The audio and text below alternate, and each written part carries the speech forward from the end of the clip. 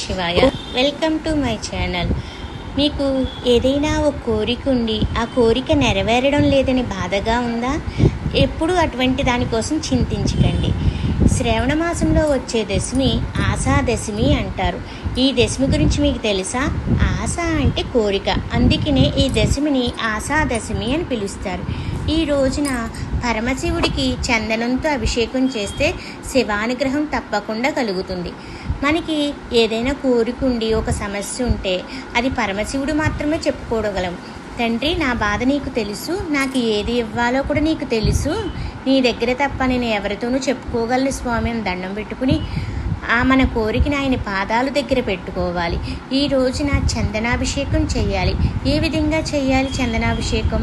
చందనం ప్యాకెట్లో కాకుండా చందనంతో కానీ గంధంతో కానీ, గంధం ప్యాకెట్లో కాకుండా చెక్కను అరగదీసి గంధంతో అరగదీసికే వచ్చే గంధంతో శివలింగానికి అభిషేకం చేయాలి.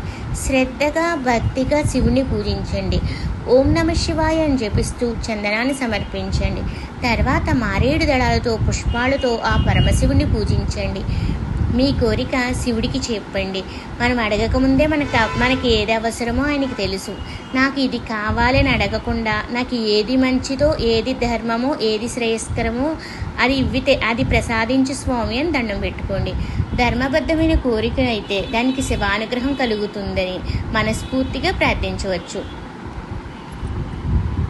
అయ్య బాబోయ్, ఎంత పెద్ద కోరిక కోరుకున్నాను నేను ఆ కోరిక నెరవేరుతుందా అని భయపడవలసిన లేదు. ధర్మబద్ధమైతే ఆ కోరిక తప్పకుండా నెరవేరుతుంది. సంవత్సరంలో పరమోత్కృష్టమైన తిథి ఏంటంటే ఈ శ్రావణ మాసంలో వచ్చే శుక్లపక్ష దశమి. ఈ దశమి నాడు తప్పకుండా శివాలయంలో ఈ విధంగా అభిషేకం చేస్తే ఫలితం అనంతం. లక్ష్మీ కటాక్షం కోసం చేసే పూజలు ఈ శ్రావణంలోనే చేస్తాం. అసలు శివ పూజ చేస్తే ఏమొస్తుందో తెలుసా? లక్ష్మీదేవి అనుగ్రహం వస్తుంది. అపారమైన లక్ష్మీ కటాక్షం కలుగుతుంది. మీకు ఎప్పుడైనా అపారమైన లక్ష్మీ కటాక్షం కలగాలంటే శివార్చన చేయడం వల్ల వస్తుంది. మారేడు దళాలతో తుమ్మ పూలతో శివ పూజ చేస్తే చాలా ఉత్తమం. అసలు ఏ కోరిక కోరుకోకుండా చేస్తే అది మరింత ఫలితం వస్తుంది, అనంతమైన ఫలితం వస్తుంది. దానంత ఉత్తమం ఏదీ లేదు. ఆ పరమశివుడికి మనకు ఏది ఇవ్వాలో ఆయనకి తెలుసు. ఆయనను అడగవలసిన అవసరం లేదు. అయితే ఈశ్వరుడి దగ్గర ఎందుకు కోరుకోవడం ఏమిటో తెలుసా? కష్టం చెప్పుకోకుండా ఉండలేకపోవడం. నా ఆర్తి కొద్దీ ఆయనకి చెప్పుకోకుండా ఉండలేకపోతున్నాను. కానీ నాకు ఆయనకి ఏమి ఇవ్వాలో ఆయనకి అన్నీ తెలుసు.